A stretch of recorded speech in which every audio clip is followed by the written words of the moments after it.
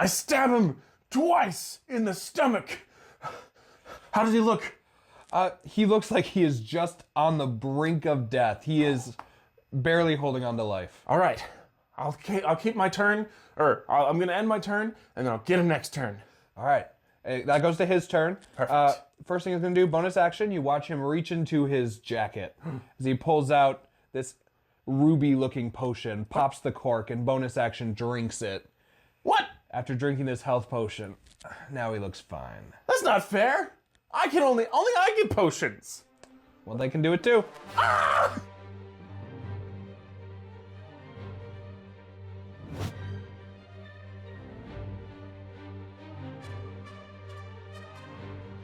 Hi, I'm Michael. And I'm Adam. Welcome to the Legendary Resistance. We haven't done that in a while. For those of you that are new here, we just are making some videos to teach new DMs and experienced DMs alike some bits and pieces of what we do to make our games more fun. Yep. This next one is giving advice for DMs about how monsters can be more effective without using different mechanics or combat stuff. This is just advice for giving them a new extra flair. Well, with using different mechanics. Sorry, that's what I meant. Yes, using the extra mechanics. Here are extra mechanics. Yes. Take them. All right, so we're coming at you with ways to make monsters more fun that do not include just more straight up damage and more HP. Right. Want to make ways around doing that because that's how fights can get boring. Yeah. So we're going to be just giving examples and talking about them. Mm-hmm. The first one is on-hit effects. So on-hit effects can be super fun and super terrifying for your players. Oh yeah, it's such a surprise for the players, and it makes them start thinking of ways around it, trying to figure out how to get around the on-hit effects.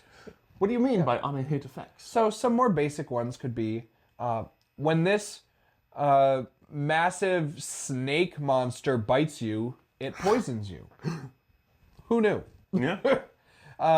Or it could be this devil champion swings his sword at you, and when he hits you, the wound bursts into flame, and you take fire damage as well. Ooh. What else? Maybe you have an on-hit effect where, as you hit this creature with your dirty dagger, they become diseased immediately, or something. They make a con save to be diseased. Whatever it is you want it to be, these can be ways to make your fight and your bad guy more thematic. Mm-hmm.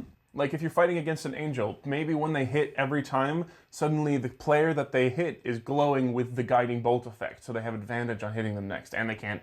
It's different mechanics of how to incorporate, bam, and then this happens. Yeah, and as you kind of just heard, all those examples we just gave, those made those bad guys seem way more thematic. Mm-hmm. The snake poisons when it bites. The devil deals fire damage bursting from your wound. The angel causes you to glow, making it easier for him to hit you next turn. Mm-hmm. All these things not only are cool, oh yeah, but they make your players really think about what they do in combat rather than just straight up damage versus damage. Right. If a mechanic is the vampire bites and then they heal slightly and they grow more powerful, maybe don't send in your super tanky barbarian that's going to be just giving HP. Or maybe you do have him rage and boost so he doesn't take as much damage. This is how you're making your players think around the new mechanic. Yeah, and this is especially great for experienced players to give them a little something to think about during combat. A little icing on the cake. Turns out you don't have to use just straight up stat blocks. You can add to them. And you don't have to make a whole new stat block either. Mm-hmm. Let's say you have like we said, you have a snake, a giant snake. Sucks a snake. I mean, maybe where you are, they're in a volcano or going to a volcano, and now you're just like, you know what? This volcano has fire snakes. Fire snakes! So when they attack, or they are going to deal fire damage, mm-hmm. and then you just thematically make it as they attack, their breath exhales this burst of heat, and they deal fire damage when they hit you. Right. Now going from on-hit effects, there's another thing called spiky. Maybe that's not the term that everyone uses. That's what I call it. You could call it hit back effects. Hit back effects. I like spiky. Basically, it's every time you hit this creature, it deals damage to yourself. So maybe it's like porcupine quills on this thing where you hit it and you get jabbed by the porcupine quills. Or it's like a fire elemental where you hit it and you're taking fire damage because it's hot and you're trying to hit it. Sometimes this is already incorporated into the stat block. Like oozes sometimes have this. Acid. But you can add this to anything. Like maybe there's a person whose special armor is that it's spiky. And it deals damage back. Yeah, and oozes are actually a pretty classic example of this as well. Because if you hit them with the right damage, they split, and you get more oozes. Or if you hit them with your weapons, they'll take acid damage to the weapon, and the weapon will become useless, things like that. So this is a great way of incorporating it. This on hit is when you hit, or when they hit, they do stuff, and spiky is it spikes back. Yeah, so going forward from there, next one we have is time effects. So maybe over the course of your combat, this unit is getting stronger. They're powering up. This could be anything from your big bad has this arcane power core that's giving them power, and so the longer it takes your party to fight them, the stronger they get. Or it could be as simple as you have a lava elemental in lava, and as long as they're in the lava, they're healing every turn. Like, so we need to figure out how to put the lava out or destroy the arcane power core. This way, it adds an extra mechanic into the battle situation that they have to be aware of. Yeah. So it's a really fun one. I've really gotten a lot of use out of that in most of my thematic combats that I've done over history. Be sure to let your players know when this is happening, though. Don't just say they deal damage more. Just say, you can make it thematic. Say, as the lava elemental rises, you see the entire lava seep from the ground into the lava elemental as it becomes bigger and stronger. Use your words. Use your words. That's some bonus content there for you as part of this video. Use your words to describe things in combat. Words good. Words good. What's next, Mr. Adam? So our next one is going to be actually the one we started off the video with, which is consumables. Consumables are a great way to make your combat better and give your monsters something to like come back a little bit, especially if you have humanoids. Give your big bads drugs. Drugs good. You heard it here. So like the example that we gave, if you're in like a fight, recently I had my players fighting a vampire. And in my world, vampires get special effects from the different bloods of different creatures.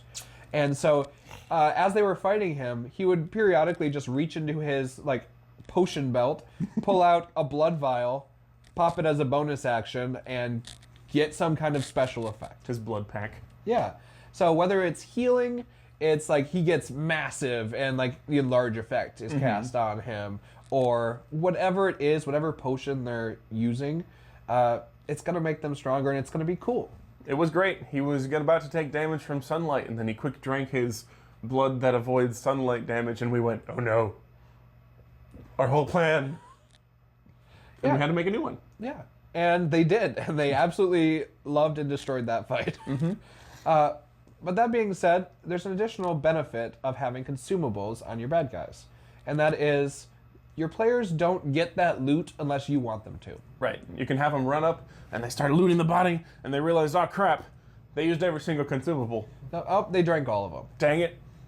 Or if you wanted to give them to your party, be like, yep, looks like there's one left, or there's two left, or there's 5 left. You can have shenanigans where they don't have labels, so you have to figure them out by like going to a town and identifying them, or randomly drinking them, or making Arcana or medicine check. Right. Maybe The limits are endless. There are endless There's no limitations on the consumables because you can do whatever you want with them as a DM. Yeah, they're just a really fun way to make it a little more interesting, and it's a little different than like this bad guy has this epic legendary sword that does a bunch of cool effects, but when you kill him, your party's going to be like, we want that legendary sword. They go grab it.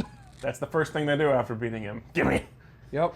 Give me the magic item. Which, if you want your party to have that sword, awesome. Especially if it's thematic. Yeah. Anyway. All right. On to our last one of the video is going to be a bit of a catch-all, and that is special moves. Special moves can include things like a bird monster having flyby, Yep. where it swoops down and attacks your party, and it swoops back out but doesn't take attacks of opportunity. Right. These are some things that could make the stat block more fun, and they have to work around. I remember you threw a creature that always had haste, and his special effect was he doesn't take opportunity attacks from people who aren't also hasted. Correct. And I thematically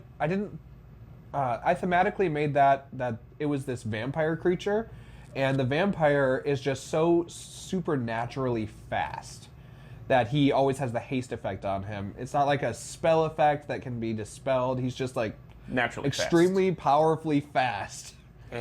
And so then they have to work around it. Like, okay, he's not taking opportunity attacks, and he's moving a lot. So what do we do? Cast the slow effect, maybe we got it. So we're still fighting him, so we don't know what we're gonna do yet. But yeah. Yeah. So things like that. Also, you can get more creative with this.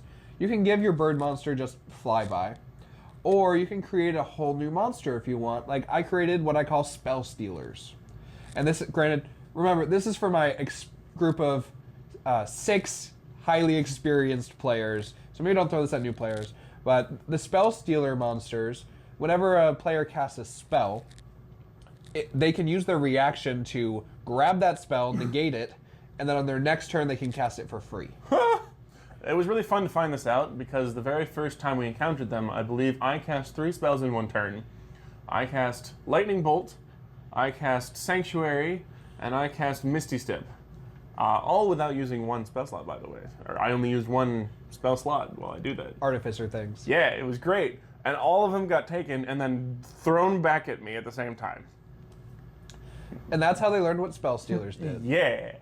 Which, it's, once again, a really fun way where they're just like, I want to cast this spell, but do I want to risk having it cast back at me? You can also have other things where, like, the big bad maybe casts a massive spell, and the aura is whenever he's hurt, the players take shared damage from how much he takes as well.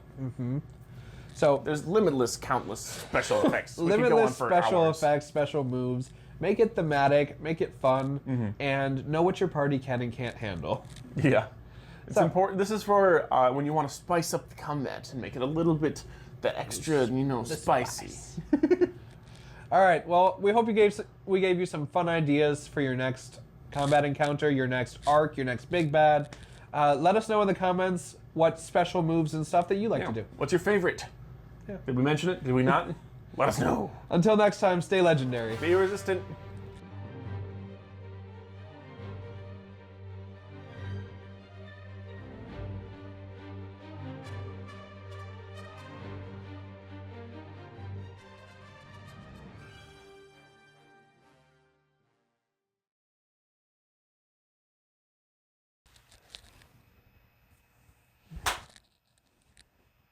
And that's how we start our video. Lava hands.